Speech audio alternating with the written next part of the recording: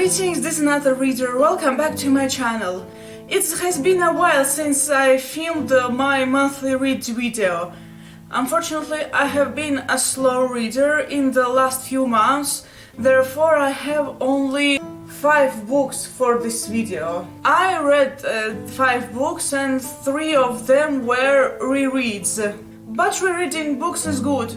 You often notice details you haven't noticed on your first read, especially if you read in English. The first book that I read, Lord of the Rings: Fellowship of the Ring. This is my 3rd time reading Lord of the Rings, and the 3rd time is in English.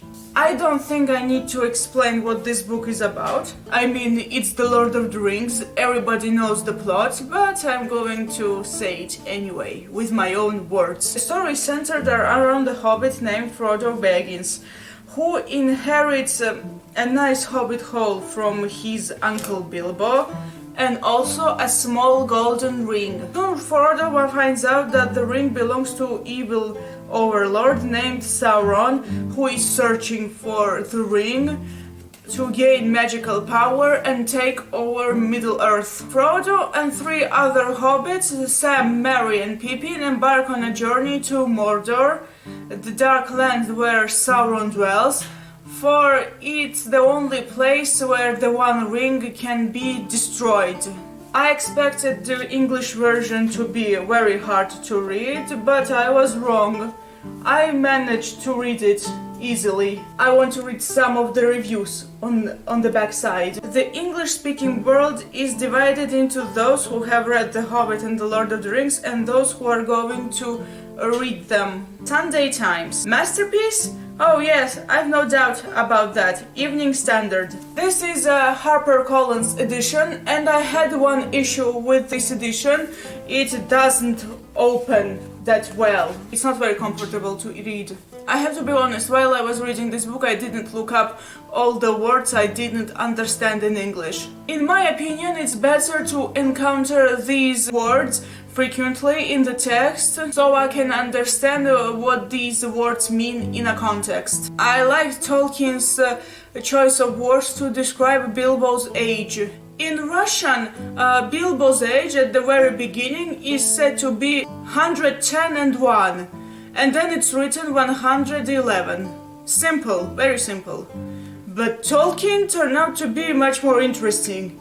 11-1. 11-1, yes. You learn a lot of things when you reread books in English. The first half of this book, well, starting from the chapter where Frodo leaves the Shire and until the chapter where Frodo reaches Rivendell, it was a hard read because of Tolkien's love for long descriptions. Very long descriptions of nature and things like that. I want to talk about the songs a little bit. In my previous videos I mentioned that every time I encountered the songs in the Russian editions I always skipped them. In English, however, I reread the songs multiple times. I like to say that Tolkien wrote metal lyrics before metal existed. Well, in a music form. Excuse me, I can't stop mentioning metal every time I talk about Tolkien. This music changed the way I read his books. And in one of the chapters, Elrond's council, there's a line that says the Doom of Minas Tirith. And when I encountered the Doom of Minas Tirith, I thought, sounds like a perfect title for a metal album. And while describing Sauron's tower, the characters say, the Dark Tower. Now I see where Stephen King got inspiration from. For some reason, maybe that's because I did not read the songs in Russian, I forgot that in the book Frodo is said to be a very good singer. Maybe it would have been great if Frodo sang in the films. And it definitely would have been better if in the films he was as strong as he was in the books. Don't get me wrong, Frodo wasn't some kind of superhero, but he's more capable in the book than he is in the film. And even before I read the books, my criticism of Peter Jackson's films was that they made Frodo a very weak character. I was annoyed by this then, before the books, and I'm annoyed by this now after the books. The book gets more interesting when the main characters reach Rivendell. The Council or Elrond is amazing. It's an amazing chapter. But for me the best chapter is Galadriel's Mirror. I began reading The Two Towers in December, but various reasons prevented me from reading that book back then, and now I decided to take a break from Tolkien. I have to be in the right mood to read his books. I think I will continue reading the series in March. The book's highlights are the atmosphere, the themes of friendships, and the scales of epic adventure. I read the Fellowship of the Ring 9.5 out of 10. Second book I read was Of Mice and Men by John Steinbeck. I read this book in 2 days, and it was the very last book I read in 2021. I finished this book a few hours before the New Year's Eve. It's the first book from my popular books I haven't read part 2 video that I read. It's very short read, it's not the full book. The second half of this book contains John Steinbeck's another short story, but I haven't read it. I watched the Bookspace channel, and that's how I found out about Of Mice and Men. Anya has the same edition as me. She said she found out about this book while watching a Lost TV show. I haven't seen a single episode of Lost, but I heard a lot about it. I tried watching the very first episode, but I couldn't finish it. I'd rather discover books from metal lyrics. This book is about two migrant workers, George and Lenny. They come to California to work on a farm. George takes care of Lenny, who is very big and strong, but mentally disabled. Both of them dream of saving enough money to buy their own farm, and Lenny thinks about rabbits all the time. He constantly talks about rabbits and owning them on their farm. They soon come close to reaching their dream. What could possibly go wrong? You should read the novel to find that out. I won't spoil anything. Of Mice and Men is very easy to read. It manages to say a lot in such a short amount of pages. It's basically the first half, it's very small. Prejudice, rivalry, companionship, broken dreams, and so on. At first, when I was reading the novel, I thought, why is George even with Lenny? But as I read the novel, I understood why. One character I want to talk about is Curly's wife. Steinbeck stated that she is not a person, but rather a symbol.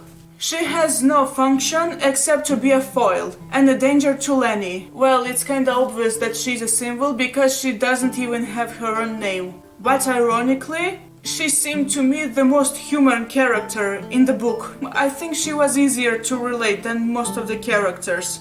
I don't know, maybe just me. Write down in the comments what you think. And the ending of the book was unpredictable. I definitely did not see that coming. But on the other hand, it's the ending that would fit such a novel like Of Mice and Men. I won't spoil anything to you. Even though this book is easy to understand from the first read, it can tell you more when you reread it. I will reread this book one day. I rate Of Mice and Men 9 out of 10. Third book is Anxious People by Fredrik Backman. This is my second time reading this book. First time I read it online, and then I got myself this copy. Since New Year's Eve was coming and I wanted to read something that is set during New Year and something very easy and fun to read, I went after Anxious People. This book is set in a small town somewhere in Sweden. A failed burglar tries to hide from the police and runs into a building where a few people are checking a flat to sale. The burglar accidentally takes these people hostage. Here's the burglar and here are all the people, main characters of the book. This is where all the fun starts. When you read the first few pages, the author starts lecturing you about life. This feels unpleasant at first, but as you continue reading, it becomes much more fun. I can say that this book is funny and sad at the same time. But on my second reread, I noticed something about the burglar. I felt like that the burglar's backstory, particularly the events that led the burglar to the robbery, felt kinda... I don't know how to say it. Artificial? Forced? Contrived? I don't know. You pick the word.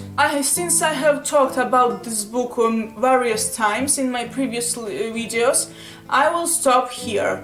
I can only add that if you want a winter fairy tale without a winter fairy tale, this book is the right one for you.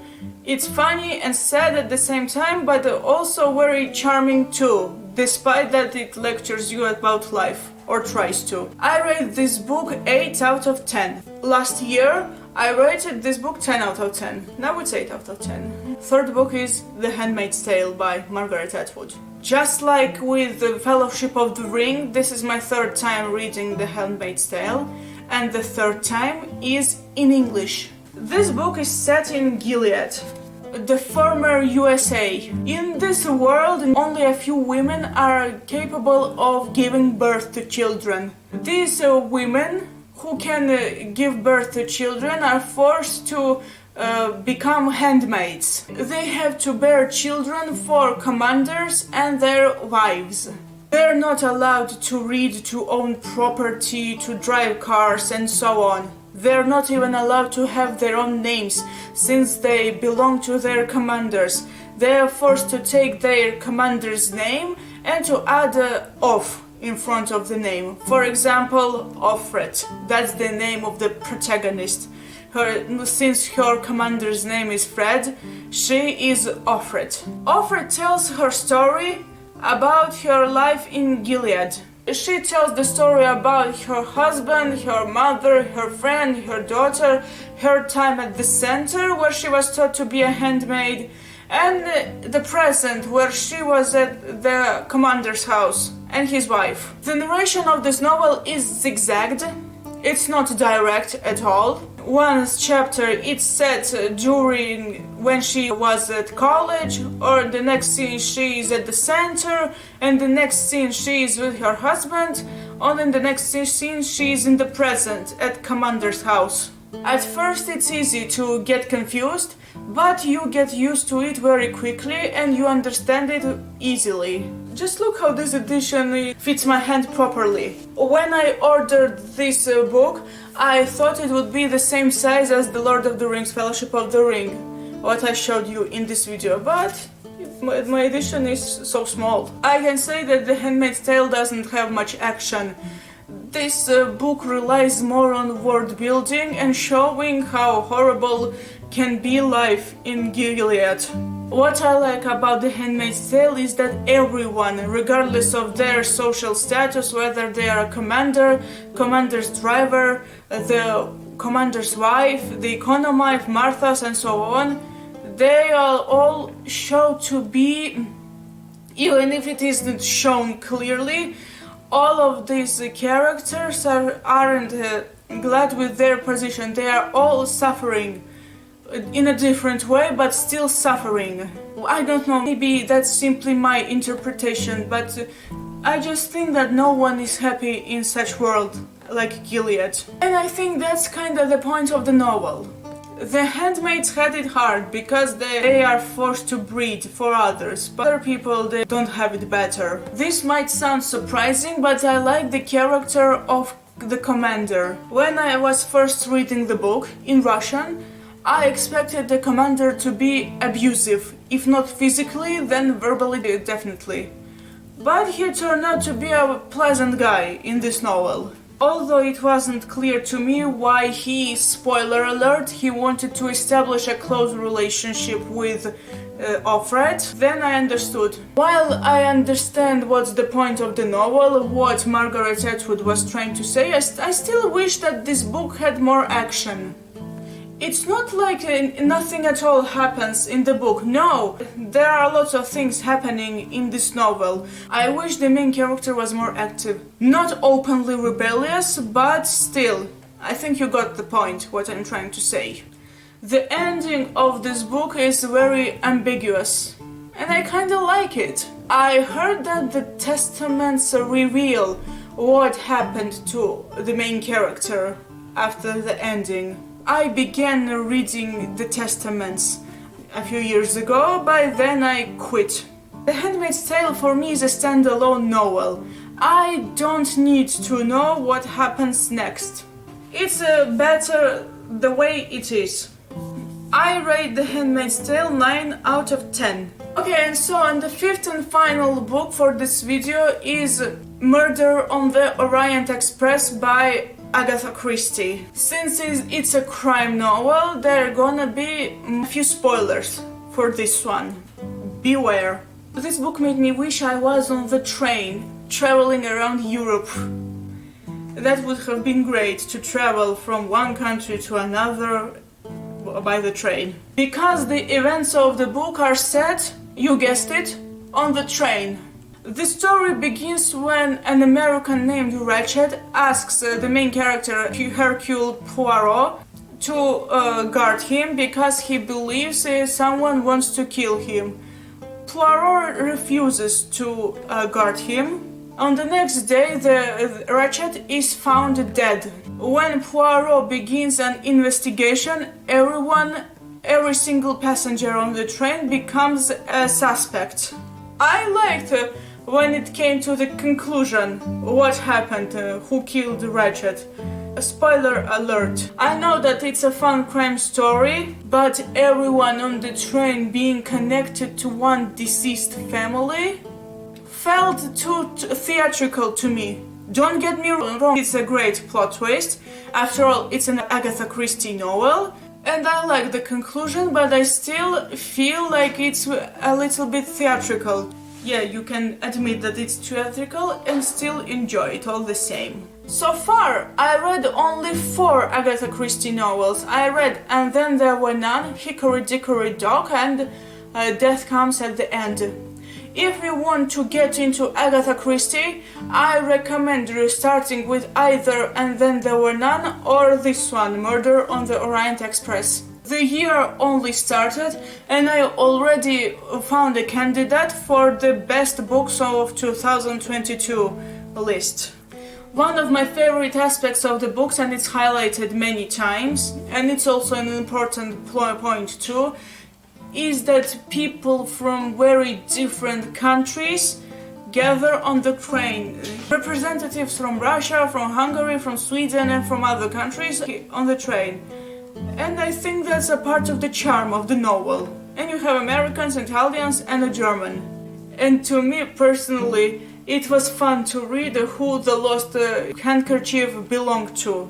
In the plot there's a handkerchief and there's one letter written on the handkerchief, and Poirot tries to find out who the handkerchief belongs to. He has a few suspects, and you wouldn't guess who the handkerchief belongs to. When the German character, very kind woman named Hildegard Schmidt, finds out about the family from the US, she says that such things are barbaric in her native Germany. Keep in mind that this book was written in 1934. The year is written on my edition, I hope you can see it. I rate this book 9 out of 10. Very good read. Like I said, if you want to get into Agatha Christie, pick either this or And Then There Were None. I enjoyed this almost as And Then There Were None, but not as much. I still enjoyed And Then There Were None more. Before I finish this video, I want to show what I'm reading right now. Wheel of Time, The Great Hunt. This is what I read, and this is what I have left to read. 300 pages approximately. Just look. I will never get tired of showing the baby Frodo bookmark, because it's very cute. And I also am going to read very soon Orphans from the Sky by Robert Heinlein. I am slowly accomplishing my to-read list in 2022. Alright, that's all. Thank you so much for watching. I hope you enjoyed my video. What did you read between November and January? Please let me know down in the comments.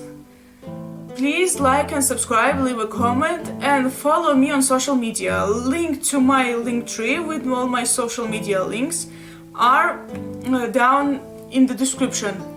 Also, I have a novel released on Amazon Kindle. See you next time. Goodbye.